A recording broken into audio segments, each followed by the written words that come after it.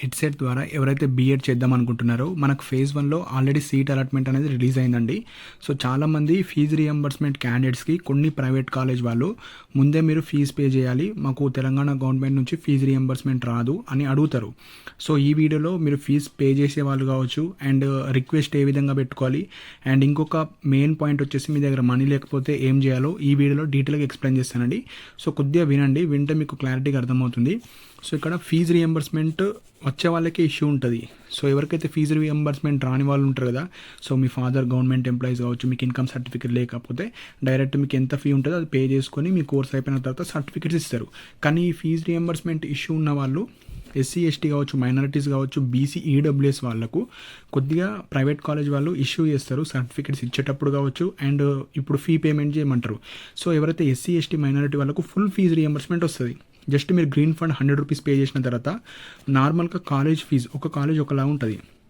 So ఒక కాలేజీలో 25,000 ఉంటుంది, కొన్ని కాలేజీలో 30,000 ఉంటుంది, ఒక కాలేజీలో 35,000 ఉంటుంది. సో మీకు ఏ కాలేజ్ వచ్చిందో అందులో టోటల్ ఫీ అంటే ఇయర్లీ ఫీ ఉంటుంది. దాంట్లో ఇయర్ ఫీ ఎంత ఉందో అది తెలుసుకోండి. సో ఇయర్లీ ఫీ, సో ఆ ఇయర్లీ ఫీ కంప్లీట్గా మీకు ఫీజు రియంబర్స్మెంట్ వస్తుంది ఇయర్కి. సెకండ్ ఇయర్కి కూడా ఫుల్ ఫీజు రియంబర్స్మెంట్ వస్తుంది. సో ఫస్ట్ ఇయర్కి 100 రూపీస్ పే చేయాలి, సెకండ్ ఇయర్కి 100 రూపీస్ పే చేయాలి మీరు ట్యూషన్ ఫీజు మాత్రమే. సో నెక్స్ట్ బీసీ ఈడబ్ల్యూఎస్ వాళ్ళకు మీకు ఎంతైతే ఫీ స్ట్రక్చర్ ఉంటుందో ఇయర్కి అందులో నుంచి 13,500 మాత్రమే ఇస్తారు.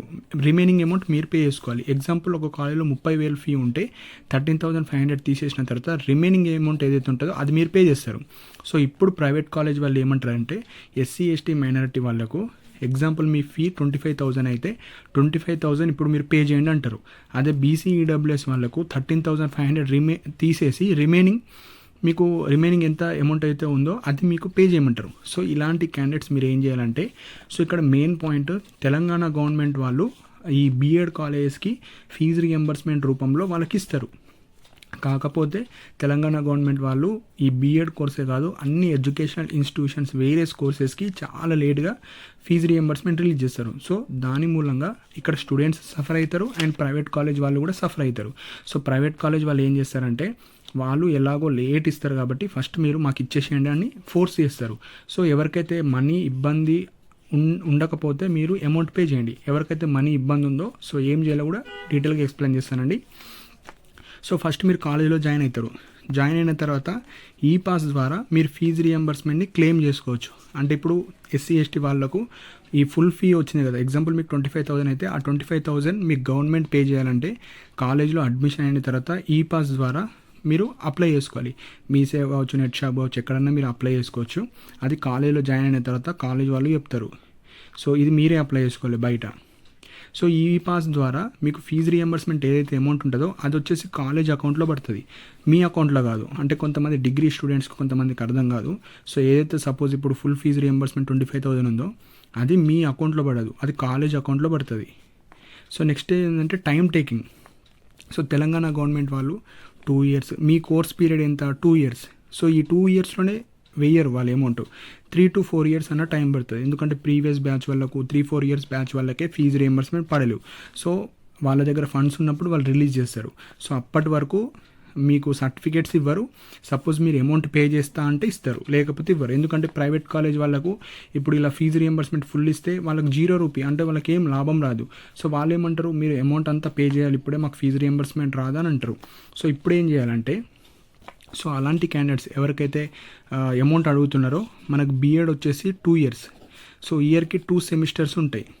సో మీరు ఏం చేయండి అంటే, suppose first year fees example ఒక క్యాండిడేట్కి 30,000 అడిగారు అనుకోండి, 30,000 అడిగితే మీరు ఏం చేయండి అంటే ఒక సెమిస్టర్కి 15,000 కడతాను, సెకండ్ సెమిస్టర్లో 15,000 కడతాను అని చెప్పండి. ఖచ్చితంగా కట్టాలి అన్నప్పుడే. సపోజ్ మేము ఇంకొక ఆప్షన్ ఏముందంటే, మీరు 2 years లోపు సపోజ్ ఫీజు రియంబర్స్ పడకపోతే మేము బీఎడ్ అయిపోతుంది కదా. సో ఇక్కడ ఆఫ్టర్ బీఎడ్, సో బీఎడ్ వచ్చేసి 2 years, బీఎడ్ తర్వాత నేను పే చేస్తానండి ప్రైవేట్ కాలేజ్కి చెప్పండి. సో వాళ్ళు ఓకే అనుకుంటే ఓకే.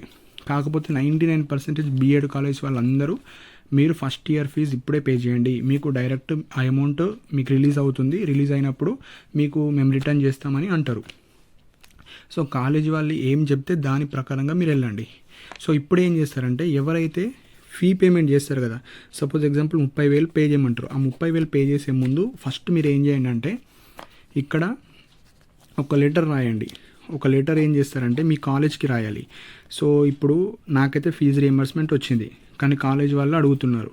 ఎందుకంటే తెలంగాణ గవర్నమెంట్ వాళ్ళు ఇప్పుడే ఫీజు ఇయ్యరు. సో మీరు ఏం చేయాలంటే మీకు అడ్మిషన్ లెటర్ వచ్చింది కదా, అడ్మిషన్ మీ లెటర్ ఏం రాయాలంటే యువర్ నేమ్, మీ నేము, మీరు ఎడ్సెట్ ఏ ఇయర్లో రాశారు, ఎంత ర్యాంక్ వచ్చింది, మీ కాలేజ్ నేమ్ అంతా ఒక లెటర్ రాసి, సో మీరు అక్కడ ఏం రాయాలంటే సో నేను ఈ కాలేజ్లో జాయిన్ అయ్యాను, వాళ్ళు ఇంత అమౌంట్ ఇప్పుడే పేమెంట్ చేయమన్నారు. Like first year fees example 30,000 example చెప్తున్నాను. సో నా క్యాస్ట్ ఇది, నాకు ఫుల్ ఫీజు రియంబర్స్మెంట్ వస్తుంది, కాకపోతే తెలంగాణ గవర్నమెంట్ వాళ్ళు ఇప్పుడే ఇవ్వరు కాబట్టి నేను కాలేజ్ వాళ్ళు డిమాండ్ చేస్తున్నారు కాబట్టి ఇప్పుడు పే చేస్తున్నాను. సో ఒక లెటర్ రాయండి వైట్ పేపర్ A4 షీట్ మీద. సో రాసి సో అక్కడ ఎవరైతే అథారిటీ ప్రిన్సిపల్ కావచ్చు వాళ్ళ సైన్ తీసుకోండి. సో మీరు ఎప్పుడైతే అమౌంట్ పే చేస్తారో ఆ అమౌంట్ ఎంత పే చేశారు, ఏ డేట్ రోజు పే చేశారు, ఎట్లా పే చేశారో అది ఒక ఫామ్లో తీసుకొని ప్రిన్సిపాల్ది కావచ్చు అది సైన్ తీసుకోండి. తీసుకున్న తర్వాత సో తెలంగాణ గవర్నమెంట్ వాళ్ళు ఎప్పుడో ఒక రోజు వేస్తారు, కానీ టైం టేకింగ్ అది. సో టైం టేకింగ్ కాబట్టి మీరు దాని మీద ప్రూఫ్గా వాళ్ళ సైన్ తీసుకోండి. తీసుకున్న తర్వాత బయట నోటరీ షాప్స్ ఉంటాయి. నోటరీ అంటే జిరాక్స్ షాప్స్ పక్కనే నోటరీ కావచ్చు, అఫిడవిట్ కావచ్చు అవి ఉంటాయి. సో అక్కడికి వెళ్ళండి. వెళ్ళిన తర్వాత మీరు ఏదైతే లెటర్ రాశారో ఆ ప్రిన్సిపల్ సార్కి రాసి ఆ సైన్ తీసుకున్నది ఆ నోటరీ దగ్గర బాండ్ పేపర్ కూడా సేమ్ బాండ్ ఈ లెటర్లో ఏముందో అది మీరు రాపించుకోండి. ఎట్లా రాపించుకోవాలంటే సో నాకు ఈ 2025లో B.Ed కాలేజ్ వచ్చింది. సో కాలేజ్ వాళ్ళు నాకు డిమాండ్ చేశారు కాబట్టి సో ఫీజు రియంబర్స్మెంట్ వాళ్ళు ఇష్యూస్ అని చెప్పారు కాబట్టి నేను ముందే పే చేస్తున్నా. సో నేను ఫస్ట్ ఇయర్లో ఇంత ఫీ పే చేశానని ఫస్ట్ ఇయర్కి మీరు బాండ్ తీసుకోండి. ఒక 200-300లో అయిపోతుంది బాండ్. సో ఈ బాండ్ నేను ఎందుకు తీసుకోండి అంటున్నానంటే మీకు కాలేజ్ అకౌంట్కే అమౌంట్ పడుతుంది. సో ప్రైవేట్ కాలేజ్ వాళ్ళు ఏమంటారంటే మీరే స్కాలర్షిప్ అప్లై చేసుకోవాలి, మీ అకౌంట్లోకే పడుతుంది, సో ఇప్పుడు మీరు పే చేసేయండి అంటారు. కానీ పడేది కాలేజ్ అకౌంట్లో.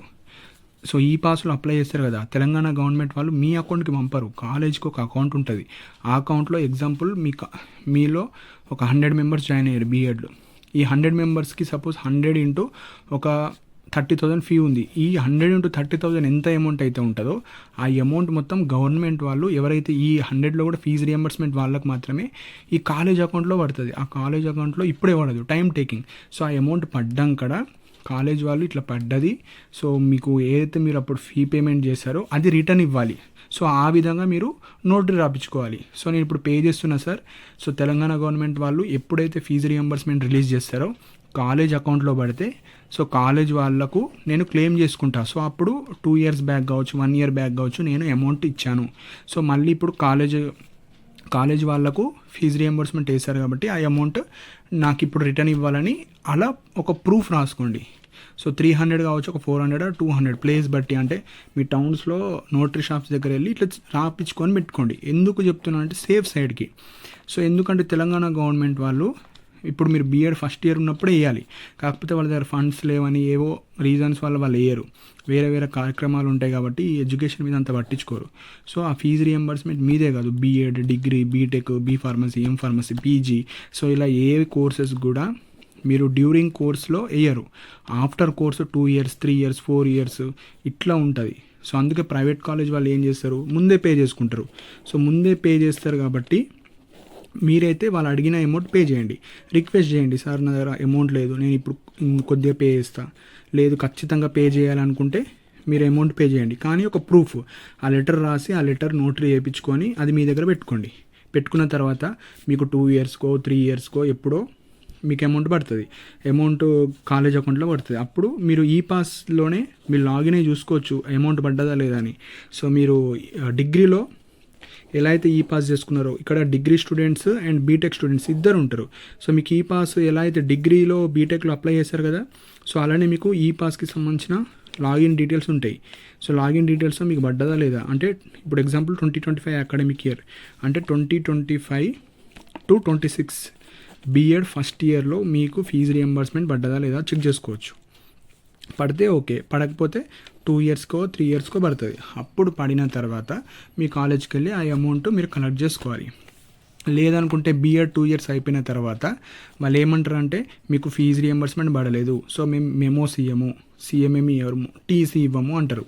సో ఇట్లా ఇష్యూస్ అయితే కాబట్టి మీరు అమౌంట్ పే చేసిన తర్వాత 2 ఇయర్స్ తర్వాతైనా వాళ్ళు తెలంగాణ గవర్నమెంట్ వాళ్ళు అప్పుడే వేయరు, అప్పుడైనా మీకు సర్టిఫికేట్స్ కావాలి కాబట్టి సో అప్పుడు అమౌంట్ పే చేసిన తర్వాత ఈ నోటరీ అండ్ లెటర్ మీ దగ్గర పెట్టుకోండి.